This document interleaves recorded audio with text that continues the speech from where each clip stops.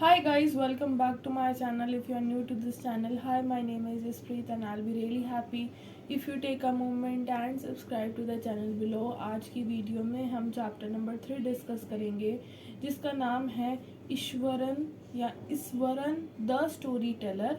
पढ़ना शुरू करते हैं। चैप्टर मुझे खुद पर्सनली इतना ज़्यादा पसंद नहीं है, बहुत ज़्यादा लेंदी है, तो let's get started. The story was narrated to Ganesh by a young man, Mahindra by his name. He was a junior supervisor in a firm which offered on hire supervisors of various types of construction sites, factories, bridges, dams, and so. Mahindra's job was to keep an eye on the activities at the worksite. He had to keep moving from place to place every now and then as ordered by head office. From a coal mining area to a railway bridge construction site. From there, after a few months, to a chemical plant was coming somewhere. ये जो story है वो गणेश ने narrate करी है और story में जो मेन करेक्टर है उसका नाम है महेंद्र. जो महेंद्र है उसका काम है कि जितनी भी कंस्ट्रक्शन साइट्स हैं उसको सुपरवाइज करना, यानी कि सही से काम हो रहा है नहीं हो रहा, हर एक चीज़ को वो जो है देखता है. और इसीलिए उसकी जॉब ऐसी चैलेंजिंग है कि उसको मूव बहुत ज़्यादा करना पड़ता है. कभी उसको रेलवे ब्रिज पे जाना पड़ता है, कभी कोल माइनिंग पे जाना पड़ता है, ऐसे. दैट मीन्स उसकी फील्ड जॉब है. He was a bachelor. His needs were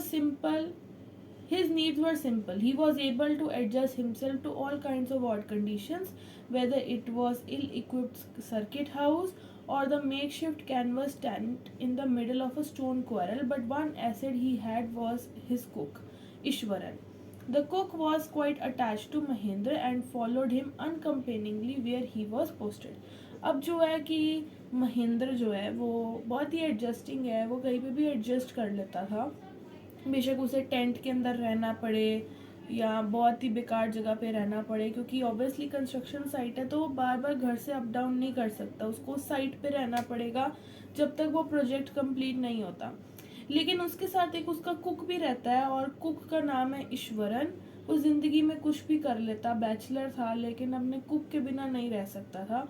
और उसका कुक जो था वो भी बिना कंप्लेंट करे उसको हर जगह फॉलो करता था. मतलब जहाँ पे ईश्वरन महेंद्र जो था वो रहता था और उसका कुक ईश्वरन भी उसको हर जगह जो है फॉलो करता था.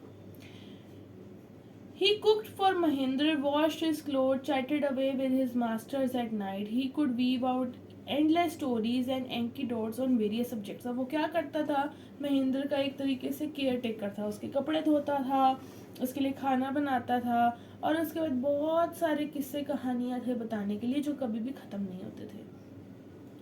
Ishwaran also had an amazing capacity to produce vegetables and cooking ingredients seemingly out of nowhere in the middle of desolated landscape with no shops visible for miles around. He would miraculously conjure up to the most delicious dishes made with fresh vegetables within an hour of arriving of zinc sheet shelter of a new workplace.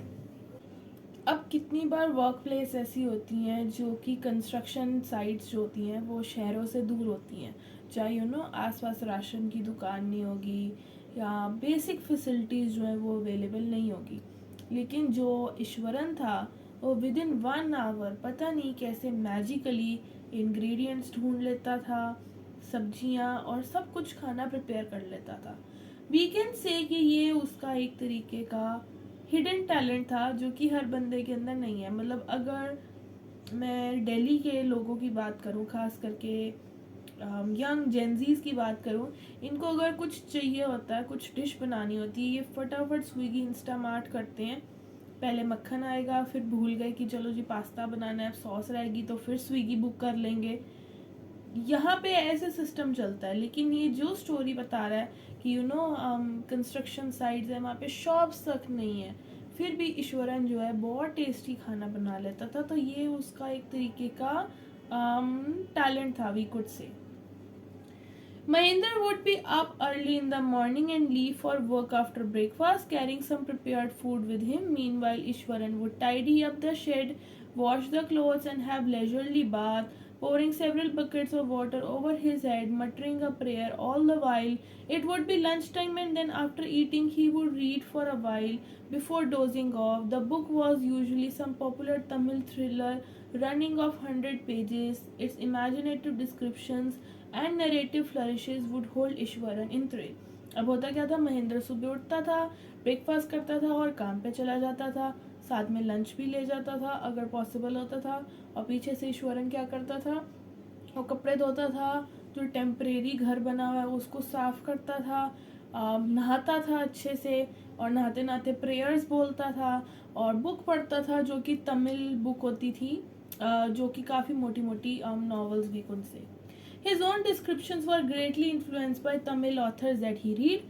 When he was narrating even the smallest of incident, he would try to work in suspense and surprise, ending into an account. For example, instead of saying that he would come across a uprooted tree on the highway, he would say the eyebrows situately arched, hands held out in a dramatic gesture. The road was deserted and I was all alone. Suddenly I spotted something and looked like an enormous bushy beast laying sprawled across the road. I was half inclined fallen I was half inclined to turn and go back, but I came closer. I saw that it was a fallen tree with the dark branches spread out. Mahendra would stretch himself back in the canvas chair and listen to Ishwaran tales uncritically. अब उसको जो था, ईश्वरन को वो stories पढ़ने का बहुत शौक था और वो हर छोटे मोटे इंसिडेंट्स पे स्टोरीज़ बताता था. अब जो स्टोरी बताने का तरीका होता है वो उसका ऐसा था कि एक नॉर्मल बंदा बोलेगा कि हाँ मैं गया, वो पेड़ जो था उखड़ा हुआ था, जो इसमें एग्जांपल दिया हुआ है, लेकिन ईश्वरन उसको इस तरीके से बताता था, इस तरीके से उसको डिक्टेट करता था कि जो सामने वाला जो महेंद्र था वो चुपचाप आराम से इंटरेस्टिंगली उसकी बात सुनता था. कभी कभी आपने देखा होगा कि जो लोग होते हैं स्पीकिंग में प्रोफेशनली, जिनकी स्पीकिंग होती है, उनका स्टोरी टेलिंग का एक तरीका होता है. मतलब बोलने के साथ उनकी टोन जो है अप डाउन होती है. अगर वो हॉरर के बारे में बोल रहे हैं उनकी टोन डार्क हो जाएगी, प्यार के बारे में बोल रहे हैं तो कैसी टोन हो जाएगी. सो स्टोरी टेलिंग भी एक तरीके का आर्ट है जो हर बंदे को नहीं आता है. और जिस तरीके से बंदा स्टोरी टेलिंग करता है, मतलब इंसिडेंट बताता है, बात करने का तरीका होता है, उसी से सामने वाले का जो है इंटरेस्ट बना रहता है. फॉर एग्जाम्पल, अगर आपको कोई जोक आता है लेकिन आप वो जोक सही से सुना ही नहीं पा रहे क्योंकि आपकी खुद की हंसी नहीं बंद हो रही, तो that means you are not good at story telling और maybe joke telling like me. Anyways, so आगे पढ़ते हैं. We are on page number 14, first paragraph. By the way, the place I come from, a famous of timber, Ishwaran would begin. There was a richly wooden forest all around. The logs are hauled onto the lorries by elephants. There are huge, well-fed beasts. When they turn wild, even the most experienced Mahant is not able to control them. After this prolonged, Ishwaran would launch into an elaborate anecdote involving an elephant. यानी वो बातें बताता है तो वो ऐसे बता रहा है कि मैं जहाँ पे रहता था वहाँ पे इतने बड़े बड़े हाथी थे, इतने बड़े बीस्ट थे कि उनका ओनर भी उनको नहीं संभाल पाता था. तो वो ऐसे कुछ स्टोरीज़ के एग्जाम्पल्स यहाँ पे इस आई गेस पेज पे दिए हुए हैं.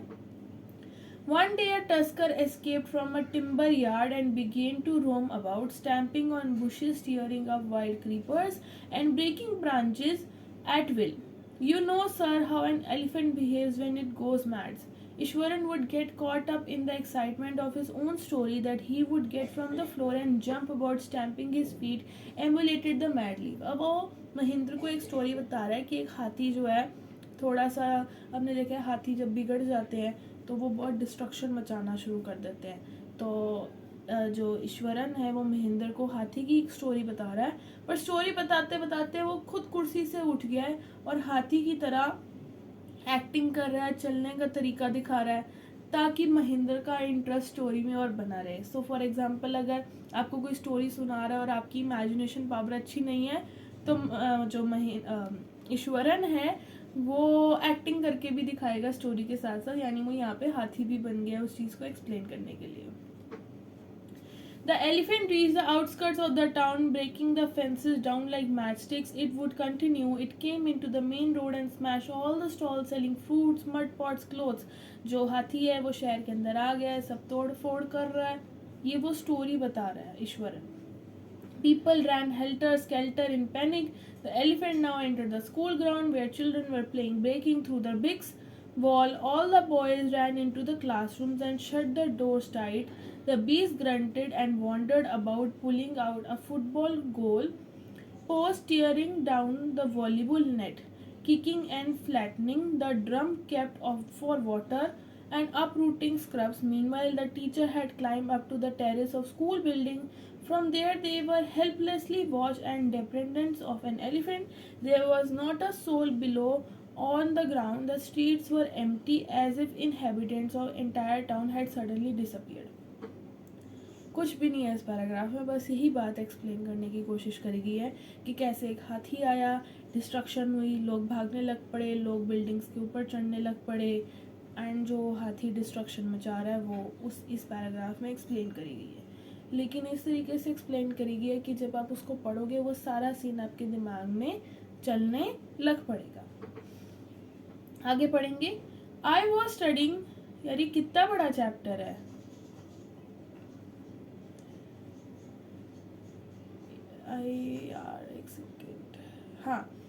I was studying in the junior class at that time and was watching the whole drama from the rooftop. I don't know what came over me. I suddenly grabbed a cane of hands and one of the teachers and ran down the stairs into the open. The elephant grunted melancholy, swung a branch of tree which is held in its trunk. It stamped its feet, kicking up a lot of mud and dust. It looked frightened, but I moved slowly towards it, stick in hand. People were watching the scene, hypnotized.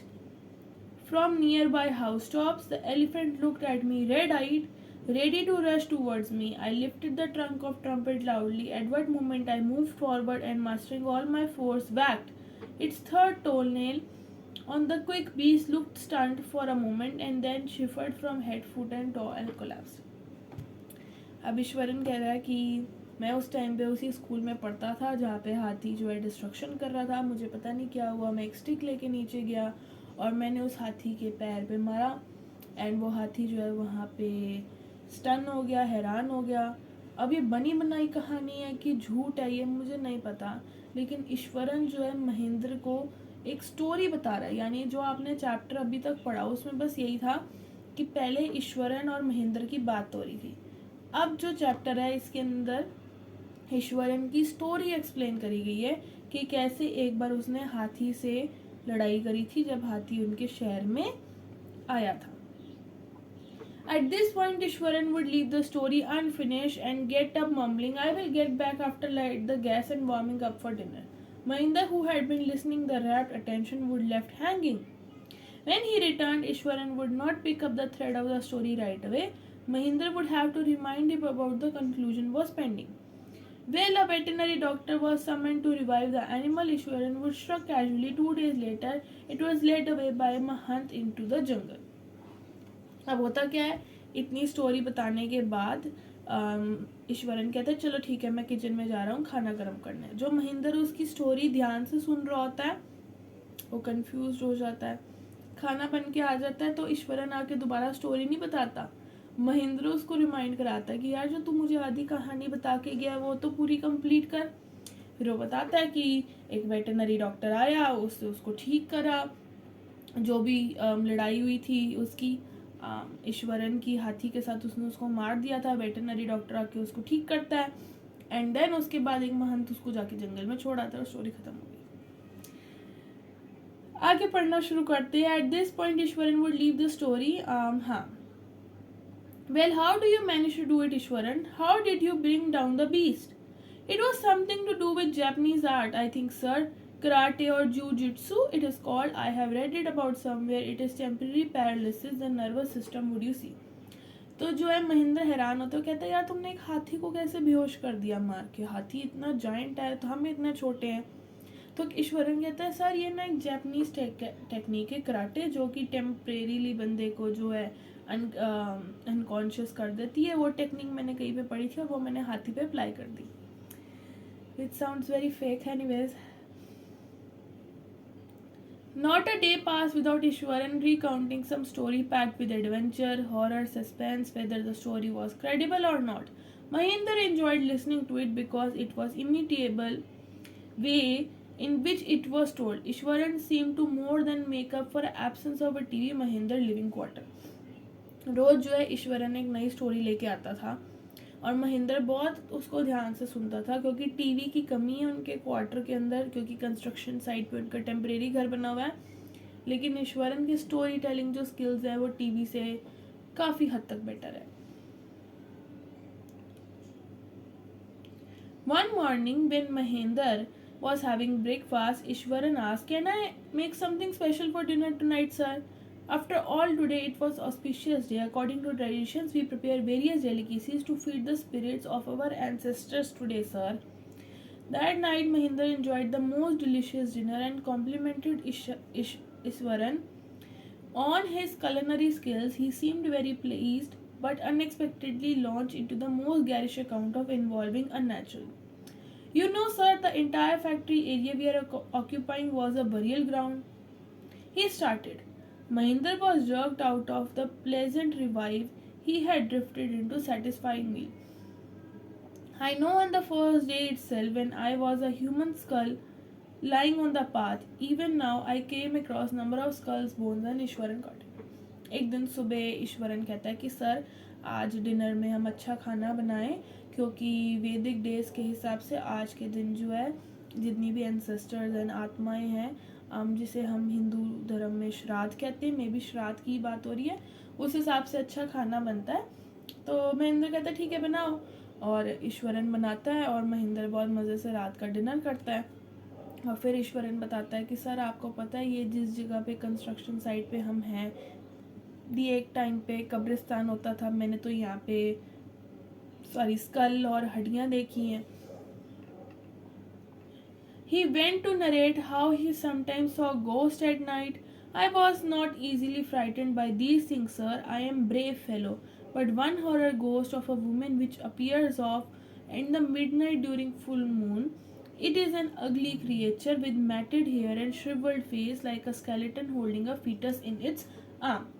अब ईश्वरन कहते हैं कि sir मेरे को वैसे भूतों से डर नहीं लगता, लेकिन फुल मून के टाइम पे एक औरत आती है, वुमेन गोस्ट आती है जो देखने में बहुत डरावनी होती है और मुझे हर फुल मून पे वो गोस्ट जो है दिखता है। Mahinder shivered at the description and interrupted rather sharply. You are crazy, Ishwaran. There is no such thing as ghosts or spirits. It is all figment of your imagination. Get your digestive system examined and maybe your head as well. You are talking nonsense. Mahendra जो है वो कहता है कि यार तुम, मुझे लग रहा है तुम पागल हो गए हो, भूत आत्मा जैसी कोई भी चीज़ जो है वो नहीं होती है, तुम अपना ना डाइजेस्टिव सिस्टम के साथ साथ अपना दिमाग भी ठीक करवाओ। He left the room and retired for the night, accepting Ishwaran to sulk for a couple of days, but the next morning he was surprised to find Cook as cheerful, as talkative as ever. From that day on, Mahinder was all brave talk, went to bed with certain unease. Every night he peered into darkness outside through the window next to his bed, trying to make sure that there was no movement of dark shapes in Wind City, but he could only see a sea of darkness with twinkling lights of factory miles away. He had always liked to admire milk-white landscape on full moon nights, but after hearing Ishwaran's story of a female ghost, he avoided looking out of the window altogether when the moon was full. अगले दिन क्या होता है, महेंद्र देखता है, वो कहता है कि शायद ईश्वरन को एक दो दिन बुरा लगे, मैंने उसको कल रात को ऐसे बुरा भला बोल दिया, बट ईश्वरन बिल्कुल नॉर्मल था। लेकिन महेंद्र की मेंटल हेल्थ पे वो बात इफ़ेक्ट करती है एंड वो रात को डर डर के सोने लग पड़ा। फुल मून होता था तो भी चांद की तरफ नहीं देखता था और उसे सिर्फ खिड़की से बाहर से अंधेरा ही और अंधेरा ही दिखता था। One night Mahinder was woken up from his sleep by a low moan close to his window. At first he put down a cat prowling around for a mice, but the sound was too guttural for a cat. He resisted the curiosity to look out lest he should behold a sight which would stop his heart, but the wailing became louder and less feline. He could not resist the temptation anymore. Lowering himself to the level of windsill, he looked out of the white sheet of a moonlight outside. There is not too far away was a darky cloud for clutching a bundle. Mahinder broke into cold sweat and fell back into the pillow, panting. As he gradually recovered from the ghastly experience, he began to reason with himself and finally concluded that it must have been some sort of auto-suggestion, some trick that his subconscious has played upon him. एक रात को उसको अजीब अजीब आवाज़ें सुनाई देती है अपनी खिड़की के बाहर से. पहले उसको लगता है कि एक चूहा और बिल्ली की आपस में लड़ाई चल रही है, बट वो साउंड्स थोड़ी अजीब होती है. बट वो उस रात को बहुत बेचैन रहता है, परेशान रहता है. उसको लगता है कि सच में भूत है, बट वो इस बात पे भी टिका रहता है कि भूत जैसी कोई चीज़ नहीं होती है. By the time he got up in the morning, had a bath and come out to have breakfast, the horror of the previous night had faded from his memory. Ishwaran greeted him in the door with the lunch packed and his bag. Just as Mahinder was stepping out, Ishwaran grinned and said, "Sir, remember the other day I was telling you about the female ghost with the fetus in his arms? You were so angry with me for imagining things. Well, you saw her yourself last night. I came running hearing the sound of moaning and that was coming from your room." अगले दिन सुबह जो है महेंद्र के दिमाग से वो भूत वाली बात चली जाती है, लेकिन ईश्वरन उसको लंच देते हैं और कहता है, "सर, आपको याद है मैंने आपको एक चुड़ैल के बारे में बताया था और मैंने कल सुना उस चुड़ैल की आवाज़ें आपके रूम से आ रही थी. इसका मतलब तो उस चुड़ैल को आपने कल रात को अपने कमरे में देख लिया होगा." The chill went down Mahinder's spine. He did not wait for Ishwaran to complete his suspense. He hurried away to his office and handed his paper, resolving to leave the haunted place with the very next day. और वो होता कुछ नहीं है. महेंद्र चला जाता है office और वहाँ पे एक एप्लीकेशन दे देता है कि ये जगह एक हॉन्टेड प्लेस है और मैं यहाँ पे काम नहीं करूँगा और मुझे छुट्टी चाहिए. और इसी के साथ जो है चैप्टर ख़त्म हो जाता है. इस चैप्टर को जो लिखा है वो लिखा है R.K. लक्ष्मण ने, जो कि बहुत ही फेमस कार्टूनिस्ट भी थे. बहुत ही ज़्यादा बड़ा चैप्टर हो गया ईश्वरन द स्टोरी टेलर. आप मुझे कमेंट सेक्शन में ज़रूर बताना कि आपको ये चैप्टर कैसा लगा. कोई डाउट क्वेरी हो तो भी बताना, और भूतों में विश्वास रखते हो कि नहीं ये भी मेरे को कमेंट सेक्शन में ज़रूर बताना. मिलती है नेक्स्ट वीडियो के साथ, तब तक के लिए गुड बाय.